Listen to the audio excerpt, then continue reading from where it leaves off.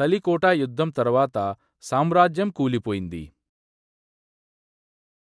చిన్న గ్రామంలో ఒక యువకుడు యోధుడి హృదయంతో జీవించేవాడు. గ్రామ ప్రజలు శత్రుదాడుల భయంతో నిస్పృహలో జీవించేవారు. ఒకరోజు శత్రు సైన్యం గ్రామంపై దాడి చేయబోతుందని వార్త వచ్చింది. పారిపోవడం కన్నా ధైర్యంగా ఎదుర్కోవడమే మంచిది. అతని మాటలు యువకుల హృదయాల్లో ఉత్సాహం నింపాయి.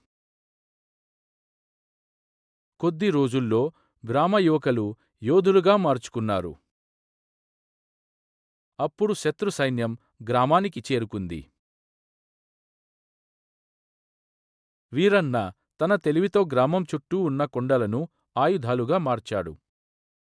శత్రు వెనుక్కుంది. వీరన్నను హీరోగా కొనియాడారు.